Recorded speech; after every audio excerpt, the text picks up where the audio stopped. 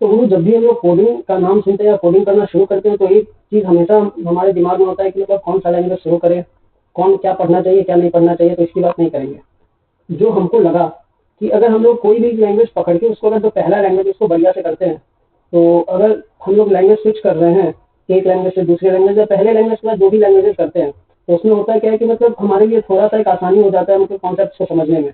क्योंकि होता क्या है बेसिकली कोई भी कॉन्सेप्ट जो है ना सारे लैंग्वेजेस में तुम देख लो तो उसमें ऑलमोस्ट सारे कॉन्सेप्ट सेम होते हैं, बस नाम का डिफरेंस हो जाता है और थोड़ा बहुत सिंटेक्स का, मतलब सिंटेक्स तो पूरा ही चेंज होता है, नाम का थोड़ा बहुत डिफरेंस आ जाता है।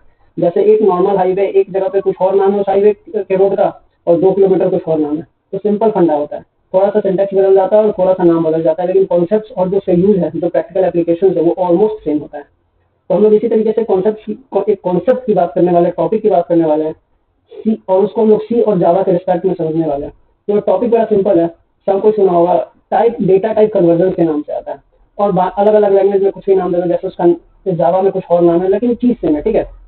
तो हम लोग ये समझने वाले हैं डेटा टाइप कन्वर्जन की। डेटा टाइप कन्वर्जन हम लोग अगर जैसे सी में बात करें तो इसको टाइप कन्वर्जन के नाम से बोला जाता है, अगर हम लोग जावा में बात करें तो इसको टाइप कास्टिंग के नाम से बोला जाता है। तो बस नाम अलग अलग है, बाकी काम सेम है।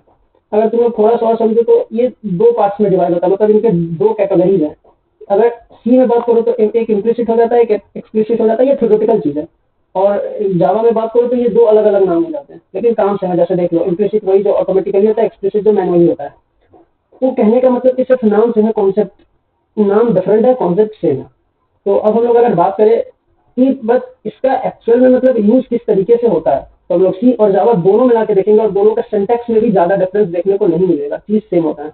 अगर इसकी बात करें तो ऑटोमेटिकली और मैनुअली दोनों हम लोग एक ही एग्जाम्पल्स में समझने वाले हैं, लेकिन उससे पहले क्वेश्चन समझते हैं कि जैसे हम लोग समझते हैं कि जैसे ये कॉन्सेप्ट तो ठीक है, डेटा टाइप कन्वर्जेंस मतलब जैसे कि इंट को जैसे फॉर एग्जांपल हमारे पास इंट डेटा टाइप है, तो इसको हम लोग को फ्लोट में चेंज करना है या वाइस वर्सा करना है या और भी अलग चीज, ठीक है। तो हम लोग बेसिकली इसी कॉन्सेप्ट पे ही डेटा टाइप कन्वर्जन घूमता है, क्योंकि ये नाम से क्लियर है।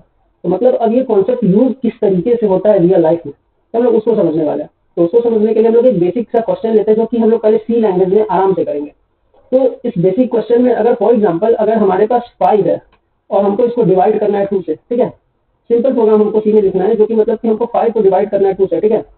तो 5 को डिवाइड करना है 2 से तो ऑटोमेटिकली आंसर 2.5 आना चाहिए अगर कैलकुलेट करो तो, ठीक है। तो ये सेम क्वेश्चन सेम कोड हम लोग सी में सबसे पहले लिखने की कोशिश करते हैं। तो यहाँ पे सी में लिखने की कोशिश करते हैं, तो जैसे हम लोग सिंपल सा कोई भी डिवीजन या ऑपरेशंस का कोड लिखते हैं, सबसे पहले हम लोग वेरिएबल्स डिफाइन करते हैं। तो जैसे 5 इंट एक्स नाम ले लेते हैं, इज इक्वल टू इसको 5 वैल्यू असाइन कर देते हैं। सिमिलरली इसको वाई ले लेते हैं और वैल्यू 2 असाइन कर लेते हैं, जैसा हम लोग करते हैं। और उसके बाद सिंपल सा एक लॉजिक लिखते हैं, जो लॉजिक हम लोग बेसिकली आमतौर पर डेली यूज करते हैं। तो इसका फॉर एग्जाम्पल अगर हम लोग अगर इसको हम इंट आंस करके मतलब एएनएस इस वेरिएबल का नाम देके हम लोग सिंपल सा लॉजिक लिखते हैं एक्स डिवाइडेड बाई 2, ठीक है। और इसको हम लोग खेलने की कोशिश करते हैं, जैसे आंसर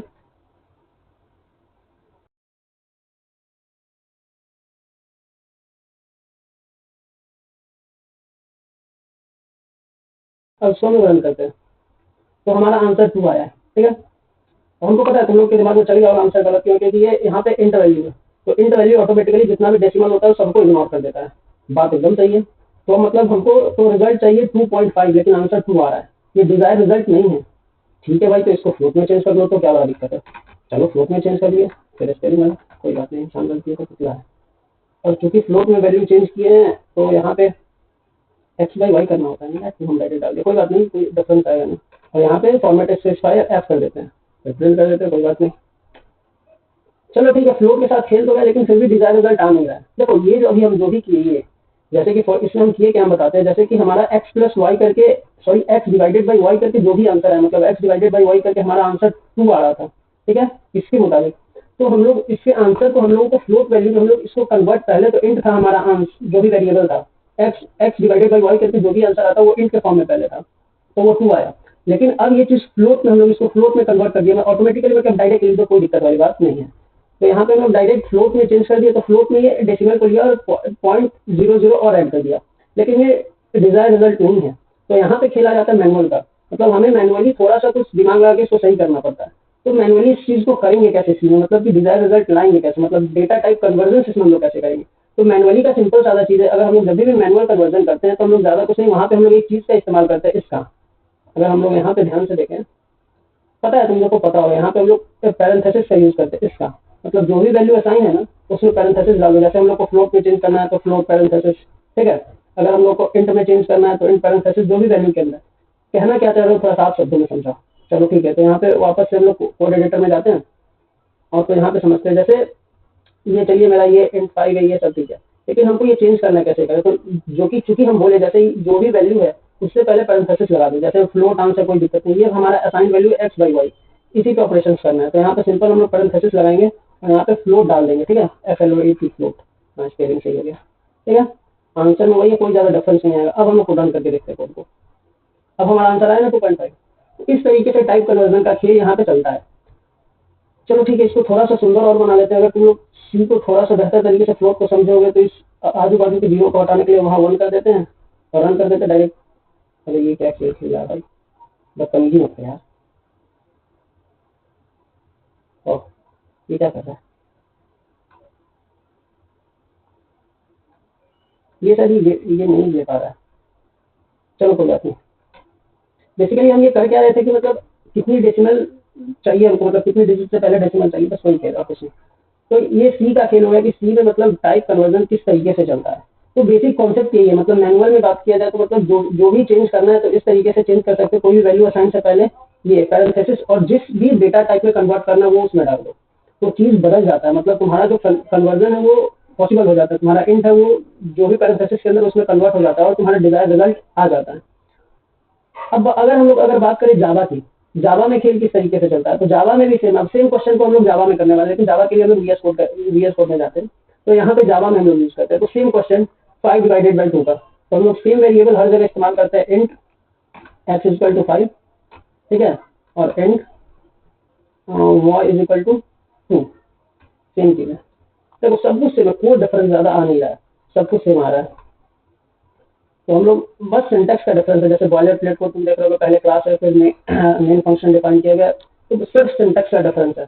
और वापस से बात करें तो यहाँ भी सेम चीज हो जाता है। तो यहाँ पे जैसे उस कॉन्सेप्ट में हम लोग किए थे, उस कॉन्सेप्ट में हम लोग किए थे, तो यहाँ पे भी फ्लोट वापस से, अरे यार ये जावा केस सेंसिटिव है तो यहाँ पे ध्यान से थोड़ा कहना पड़ता है। फ्लोट अंश इक्वल टू पैरेंथेसिस डालते हैं फ्लोट, क्योंकि हम लोग को फ्लोट में चेंज करना है, फ्लोट में चेंज करना। और यहाँ पे वैल्यू हमारा क्या आ जाएगा, एक्स डिवाइडेड बाई वाई, ठीक है, ये आ गया।